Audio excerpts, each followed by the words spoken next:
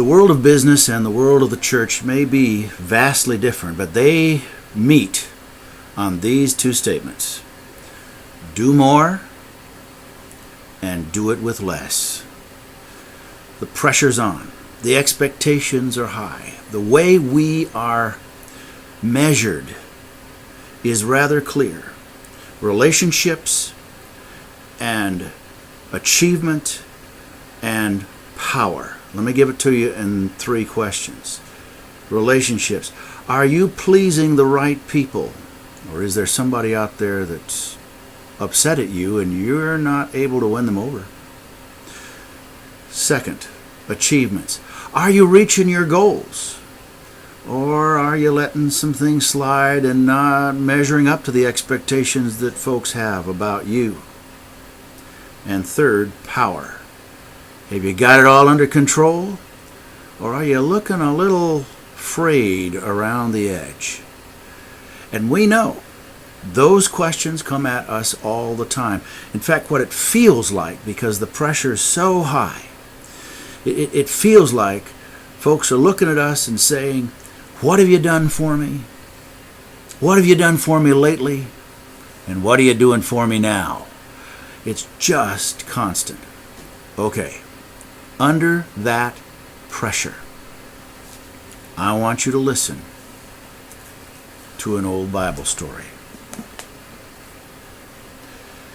As Jesus and his disciples were on their way, he came to a village where a woman named Martha opened her home to him. She had a sister called Mary, who sat at the Lord's feet, listening to what he said. But Martha was, keyword here, distracted by all the preparations that had to be made. She came to him and asked, Lord, don't you care that my sister has left me to do the work by myself? Tell her to help me. Martha, Martha, the Lord answered, you are, keyword, worried and upset by many things, but only one thing is needed. Mary has chosen what is better, and it will not be taken away from her. Now, this is not a story of personality types. Everybody's a Mary, everybody's a Martha. We have to get work done, and we need the quiet within us. That's not the issue. The issue in this story is priority. What comes first? For Martha, she was distracted by pleasing the right people and reaching her goals and making sure she had it under control. And when she felt like she was losing it this way, she went to the Lord and she said, Lord, don't you care? I mean, that's almost abusive language. Tell my sister. She had no trouble commanding the Almighty in what he ought to be doing that day. In fact, she was so distracted that when the Lord spoke to her, he had to call her name twice. Martha, Martha,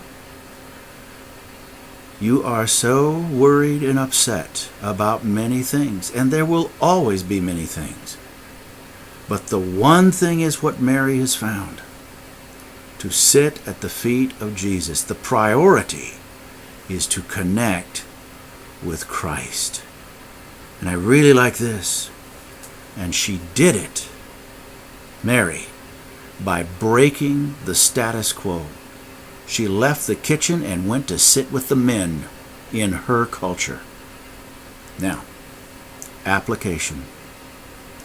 You're a responsible person. I'm a responsible person. Responsible people are concerned about getting stuff done. But here's a little piece I picked up from C.S. Lewis. It's wonderful.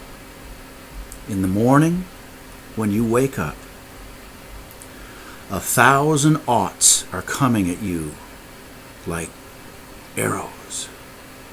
And your first task is to protect yourself. Keep them at bay.